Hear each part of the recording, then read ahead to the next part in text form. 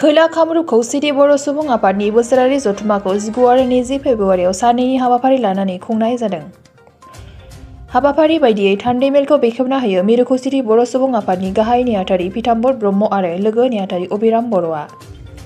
लोगोसे बे हाबाफारियाव बाहागो लानानै बुङोदि खोला कामरुप ओनसोलनि गामि जौगाखांनाय जेरै दालां लामा दंग'जों लोगोसे बे ओनसोलनि बर' गथ'फोरखौ बर' रावजों फरायहोनो थाखाय बर' बिजोंनि फरायसालि गायसनना होनो थाखाय सरकारजों सावरायगोन होनना फोरमायो।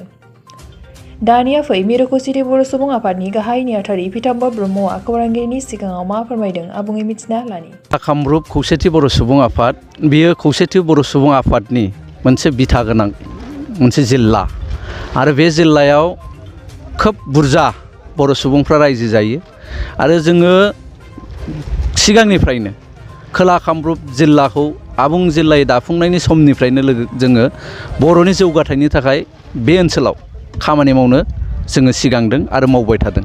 दिनै थान्दै मेलनि बेखेवगिरि आलासि महरै आङो खोला कामरुप जिल्ला खौसेथि बर' सुबुं आफादनि जथुम्मायाव फैदों आरो बिथांमोनजों सावरायनानै आं गोजोनदों।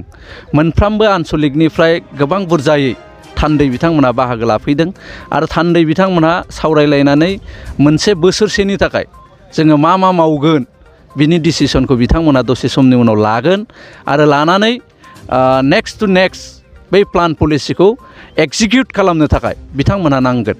जोङो खोला कामरुपाव बिसेसके राभा अट'नमास काउन्सिलाव नैबे ओनसोलनि बर' रायजो राजाफ्रा गोग्लैयो।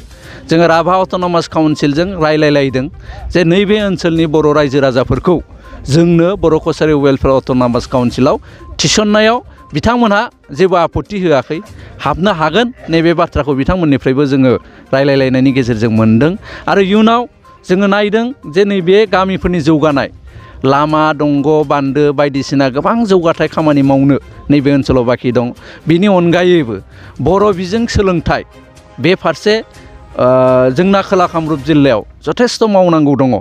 जिहेथु खोला कामरुपनि गोबां गामिफ्रा बर' रावै फराया, जिहेतु निउ एडुकेसन पलिसि मथे दे थाखो 5 सिम बर' बिजोंजों फरायथारनांगौ बर' गथ'फ्रा।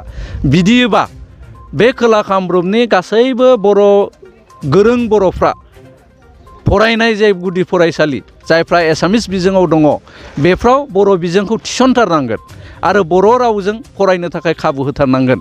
नैबे बाथ्राखौ लानानै जोङो सरकारजों सावरायगोन आरो दिनै थान्दै मेलाव बिथांमोनहाबो बिनि बागै रायलायगोन होननानै जों मोनथिदों। হয়, মই পোনপ্ৰথমে এইখিনি ক'ব বিচাৰোঁ যে আমাৰ দক্ষিণ কামৰূপ জিলা সংযুক্ত বড়ো গণমঞ্চৰ এই প্ৰথম বাৰ্ষিক অধিৱেশনখনি আমাৰ যি নতুন আৰু নতুনত্ব বড়ো ৰাইজৰ মাজত শান্তি সম্প্ৰীতি একতা আৰু সংস্কৃতি আমি জীয়াই ৰাখিবৰ বাবে লগতে সমূহ বড়ো ৰাইজৰ শিক্ষা আৰ্থিক উন্নতি তথা সকলো ধৰণৰ সা সুবিধা আমি পোৱাৰ কাৰণে লগতে ৰাইজৰ মিলা প্ৰীতিৰ হেতুকে আমি আজি সন্মিলিত বড়ো গণমঞ্চৰ তৰফৰ পৰা উক্ত অধিৱেশনত সকলো দক্ষিণ কামৰূপ জিলা ৰাইজলৈ বড়ো ৰাইজলৈ মোৰ তৰফৰ পৰা অভ্যৰ্থনা সমিতিৰ তৰফৰ পৰা আন্তৰিকতাৰে উপস্থিতি সকলৰ কামনা কৰিছোঁ। ধন্যবাদ। गोजोनथाव खौरां। आसामाव थानाय बयनिख्रुइबो साबसिन सोलोंथाइ होग्रा मिरुफोरनि गेजेराव टेक बुस्टाराबो गंसे। क'क्राझार जिल्लानि सिङाव थानाय CST फिसारि मावख'नि साखाथियाव थानाय खारगावआव बे टेक बुस्टारा दङ।